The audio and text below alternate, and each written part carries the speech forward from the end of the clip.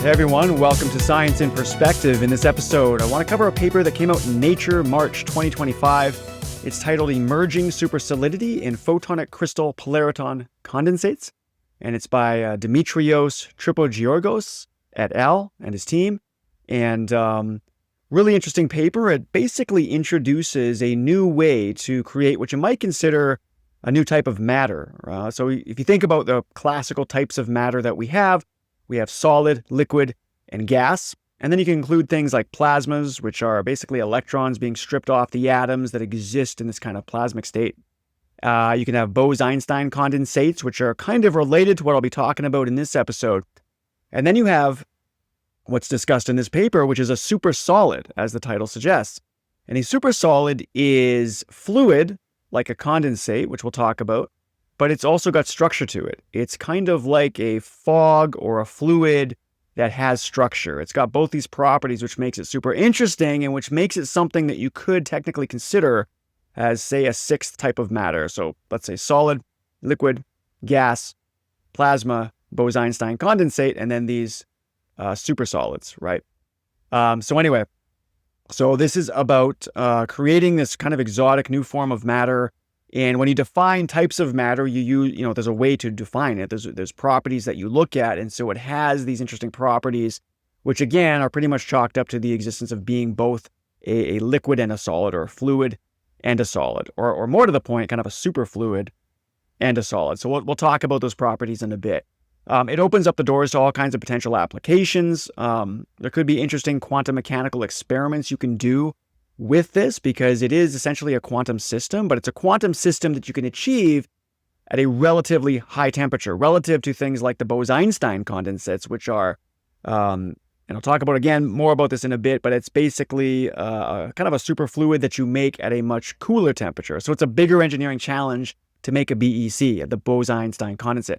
If you could do something at a higher temperature, it's less of an engineering challenge. It's more applicable. You could incorporate it into devices. So this might help things like quantum computing or setting up quantum experiments. Could be related to things you might do with like waveguides or using photonic crystals to kind of transform or maybe even compute, in some sense, information and things like that. Maybe faster computing, all that kind of stuff. So it's pretty interesting. A new form of matter. It has these potential applications, and you're doing it with light and the way that you essentially shine light onto these special semiconductors. So let's talk about that now. Let's go over the core kind of pieces of essentially the experimental setup and the way that they were able to create these, and then we'll get into the more broader kind of perspectives of what this means for science writ large.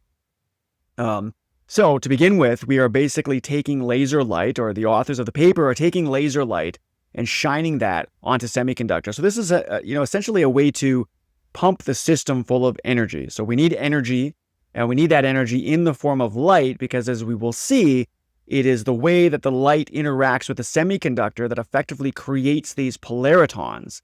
And these polaritons, which I will mention shortly, are kind of a quasi-particle. It's a new type of particle that usually doesn't exist unless you're kind of pumping a system very specifically like this under these very specific conditions. And those polaritons do something really interesting, which is form these condensates. But for the first part, let's just think about the laser, right? The laser is obviously a highly focused beam of energy, very different than, a flashlight, right? Laser, L-A-S-E-R, literally stands for light amplification by stimulated emission of radiation, but really what it means, it's a very coherent beam of light. Coherent means everything is in phase. So if you think about the phase of light, right? All the light around us is composed of photons. It kind of has this particle wave duality, right? In a sense, these are particles of photons, but they move as waves. And those waves, as all waves, they have wavelengths, they have frequencies, and they have a phase. And a phase is essentially where you are in the cycle. So if you can picture a wave, think of it like a sine wave, and it's going up and down. It's got the troughs and it's got the crests.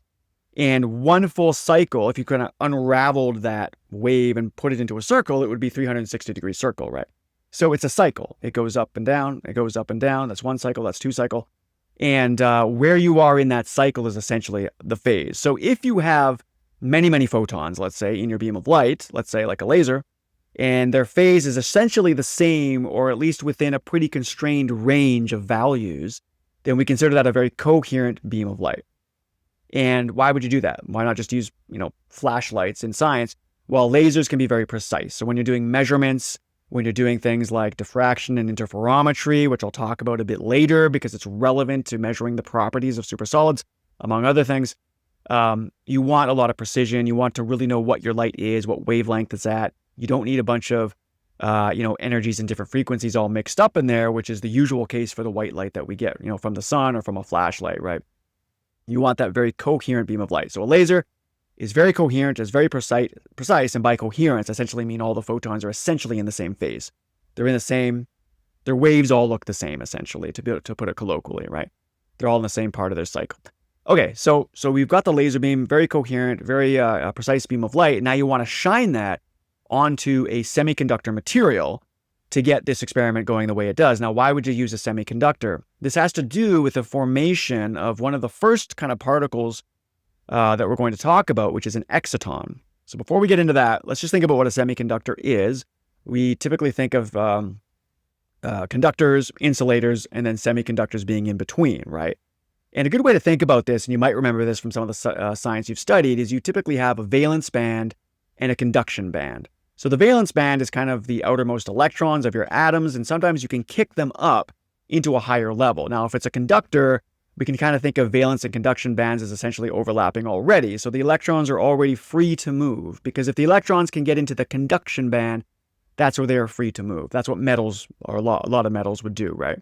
An insulator, like a lot of plastics and rubbers, would have an extremely large gap, you could think, between valence and conduction band. So it's basically impossible or very hard to kick an electron from the valence band up to the electron band, to the conduction band, sorry. Because again, you've got to be in the conduction band in order for the conduction to take place, right? So a semiconductor is in between that. It doesn't have a super big gap between the valence and conduction band.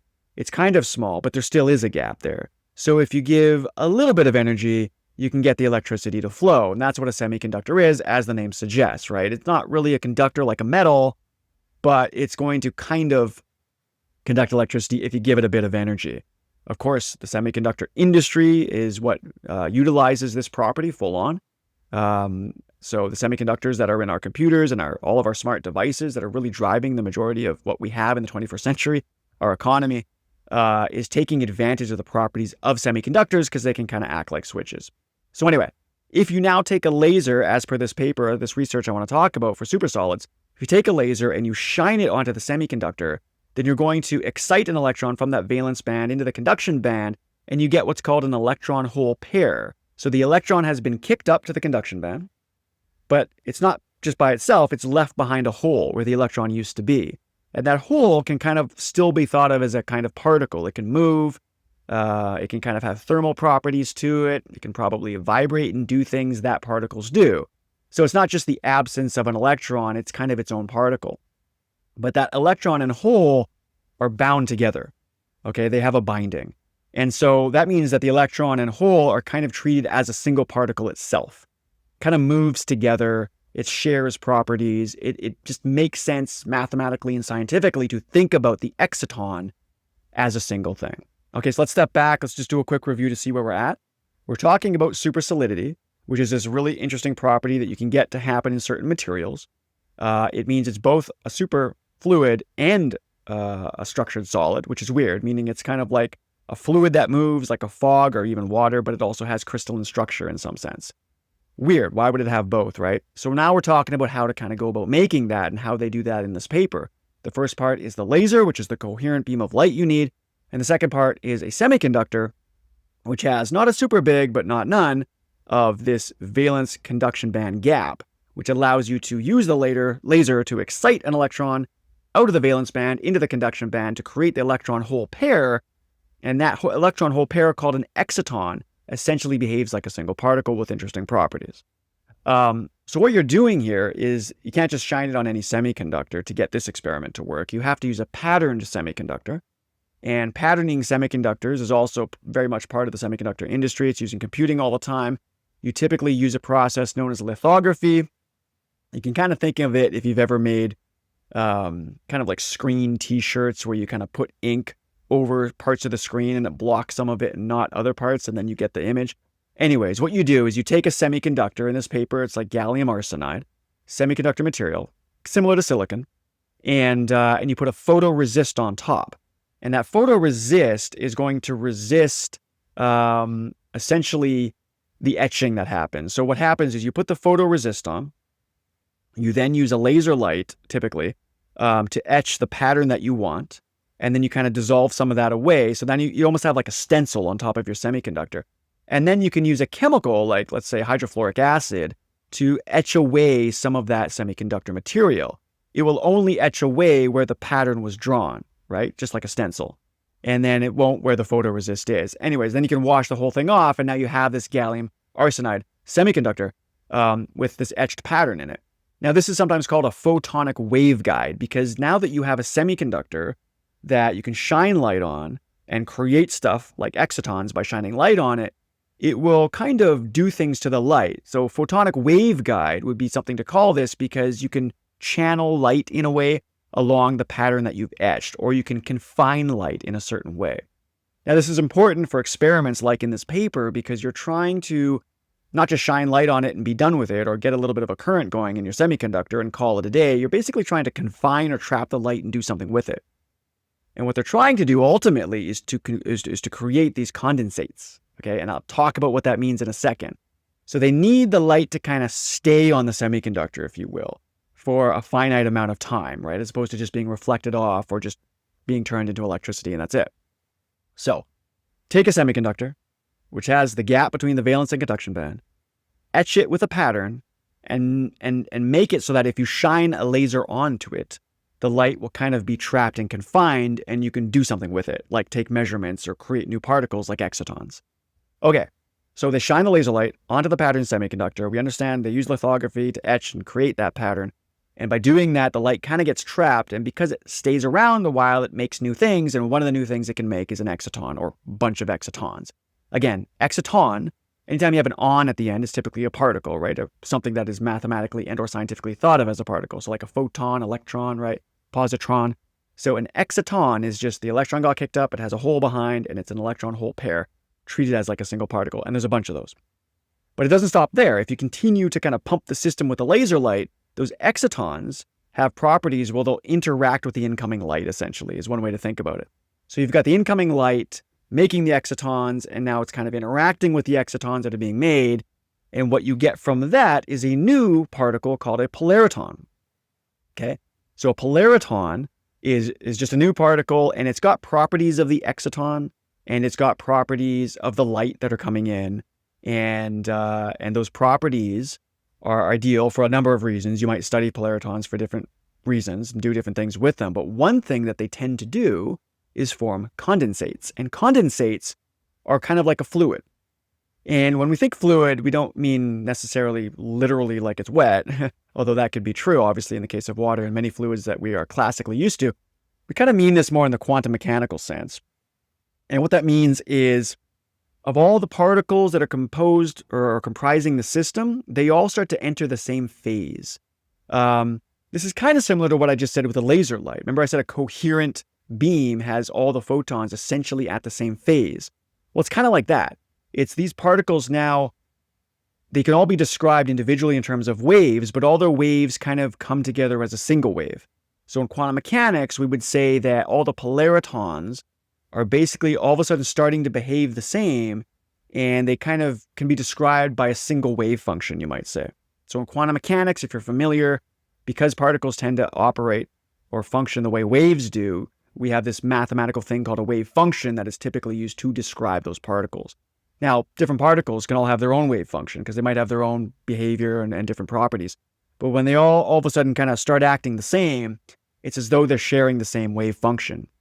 Now, they might literally be sharing the same wave function. That kind of depends on your interpretation of quantum mechanics, whether or not the wave function is real or not. That's neither here nor there. That's beyond the scope of this talk, but that's a way to think about it.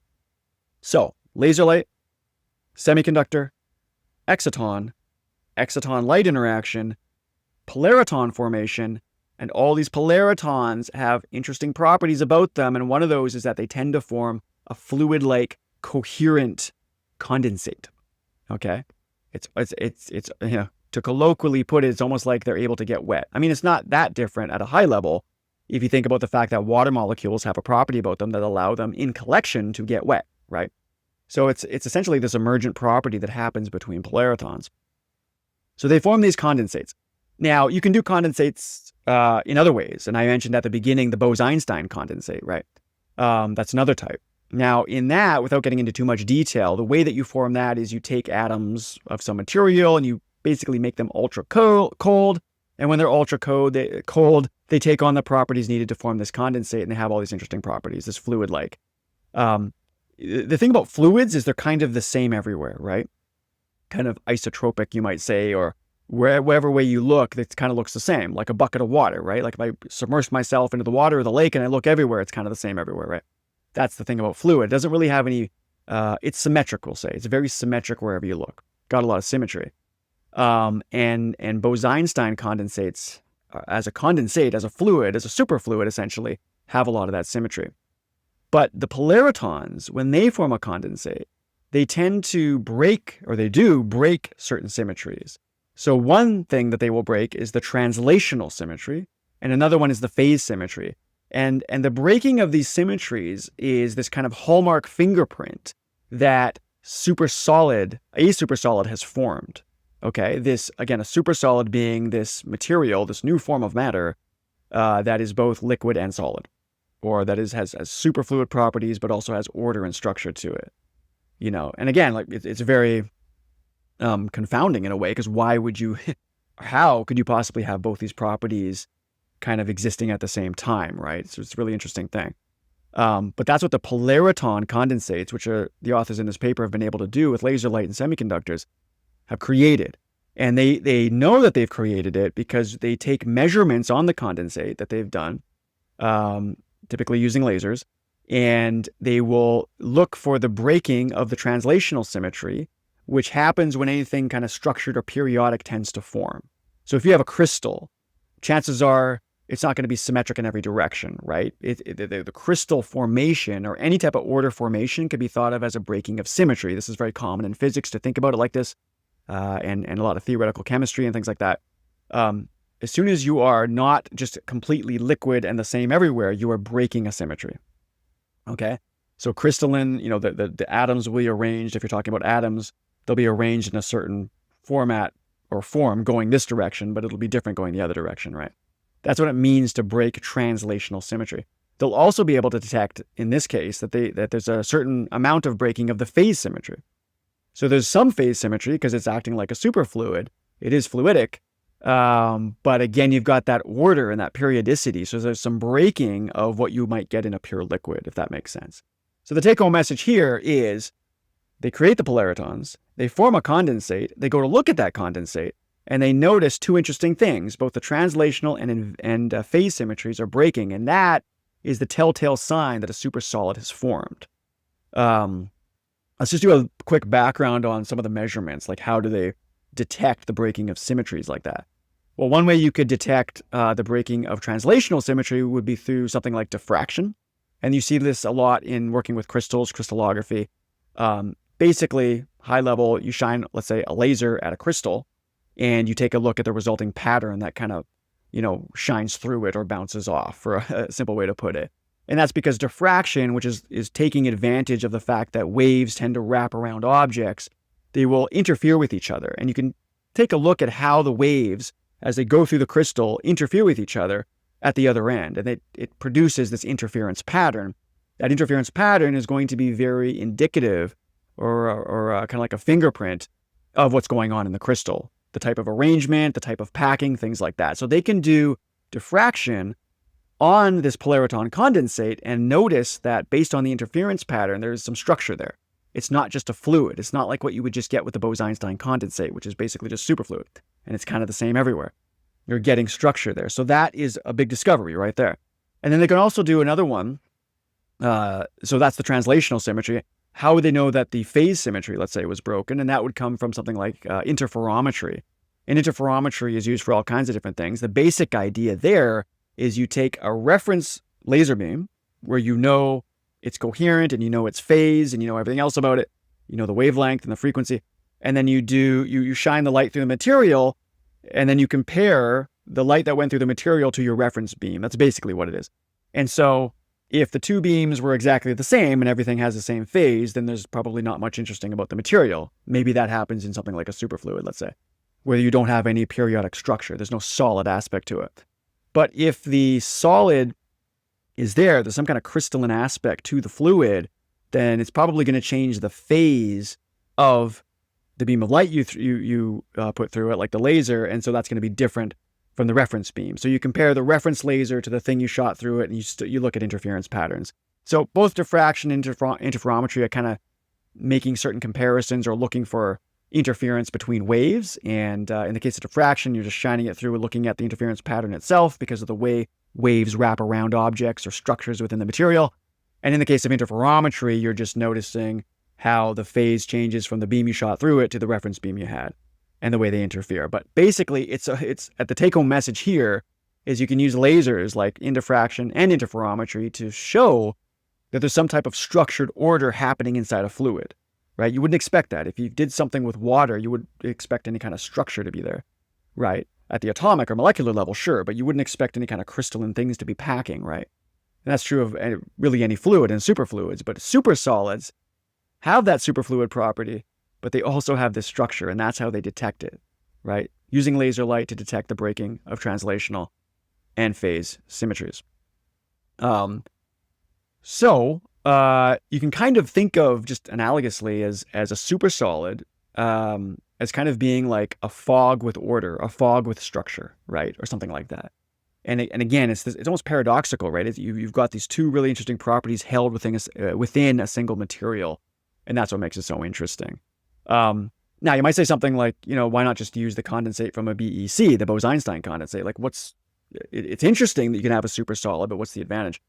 And I alluded to this at the beginning. You can make the authors in this paper made the supersolid using much higher temperatures than you would with something like a Bose-Einstein condensate. So the Bose-Einstein condensate, you take atoms, you need ultra cold temperatures. It's a real engineering challenge. So it's harder to use a Bose-Einstein condensate in applications, right? Whether you're doing it just experimentally or actually trying to get it as part of, circuitry or some type of application, because it's not practical to lower temperatures that low. I mean, think about like bullet trains or maglev trains that maybe need to have super, super low temperatures in order for the superconductors to do what they do. It's not easy. It's very expensive. If you can do things at higher temperatures, which really just means closer to room temperature, then it's much more applicable, like something that could go in your cell phone or something. We're not there yet with supersolids, but it's that kind of thing. It's good to do things at higher temperatures because they're less of an engineering challenge. So that's interesting. So let's just do a quick recap, and then I just want to end with kind of a broader universal pattern that I think this paper speaks to for science and even just, life in general, for the things that we see around us in nature. So again, we said this is essentially a Nature paper 2025, new form of matter. You can think of it as, which is a supersolid that is different than any of the other supersolids that were formed before because it's made at a higher temperature. It's this kind of light-driven system. It's made using laser light and semiconductors.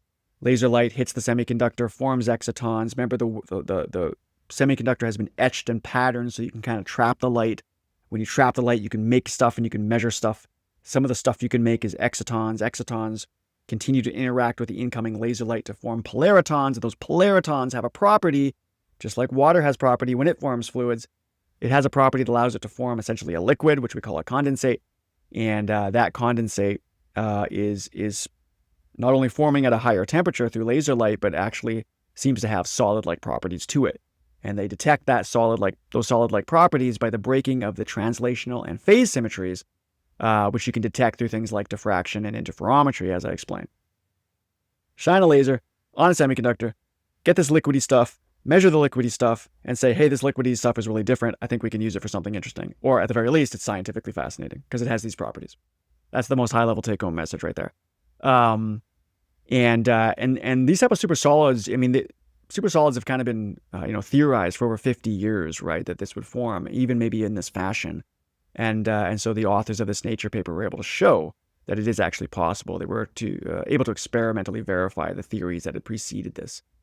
So that's always exciting. So like a fog-like structure. So just to kind of get a broader perspective here, what we're really talking about is kind of the emergence of order when you have kind of a constrained, an energetic system that is constrained. So for example, I mean, this occurs everywhere in nature, but it's a really important pattern to understand. Snowflakes, for example, have all this really amazing crystalline and unique structure that emerges. And, one way to think about how that's emerging is that you have energy in the system because you have all these water molecules that are interacting, on large, right? Lots of energy, big system, lots of particles interacting, but it's kind of constrained, let's say, within a narrow range of temperatures. So you have this energetic system, and then you have this constraint that starts to dictate things in that energetic system, and out of that comes this order. You can think of, a common example from complexity, like starling murmurations. If you ever go YouTube that, if you haven't seen that before, you'd recognize them though. We've got thousands and thousands of birds, but they all move as one, and they have this structure just emerge out of it. You've got, again, a lot of energy in the system, an energetic system, because you've got all these birds interacting, and the thermal currents in the air and all that kind of stuff coming together. And then you could say the constraint is maybe the local interaction rules of the individual birds, or that's one way to say it. There's probably other ways you could think of the constraints, but so again, lots of energy coming together, and then these few simple rules of interaction that kind of constrain the system, and out of that emerges all this fascinating order and structure. So it's absolutely a universal pattern. Okay, so that is it for this episode. I just wanted, I thought this was an interesting paper. It's like a new form of matter. They did it at a pretty high temperature, using lasers and semiconductors, validating a theory that had been around for over half a century. And, something that can be both a liquid and a solid at the same time is undoubtedly scientifically fascinating. And I would imagine probably has some applications, maybe within the next decade or so. We'll see. So that's it for this episode. If you want to become a member, you can go check out scienceinperspective.com, science-in-perspective.com. It'll load an app on your phone, and you can become a member. You get access to all these episodes, but you get transcripts and you get visual summaries of the episodes. You can get to know these concepts more effectively. I do bonus videos related to science communication and how to pick out important patterns in science, and how to develop techniques and mindsets that allow you to do this effectively, to know science, to be able to communicate science, and so forth. And there's a forum on there. You can talk to other members and continue the conversation, and maybe even collaborate going forward. And yeah, those visual summaries are pretty cool because they just allow you to get a quick snapshot. And there's transcripts, I think I already said that. So anyways, go ahead and check out scienceinperspective.com and get a lot more out of this to become a member today. But in any case, I hope you continue to pay attention and listen and stay tuned to Science in Perspective. Okay, until the next one, take care.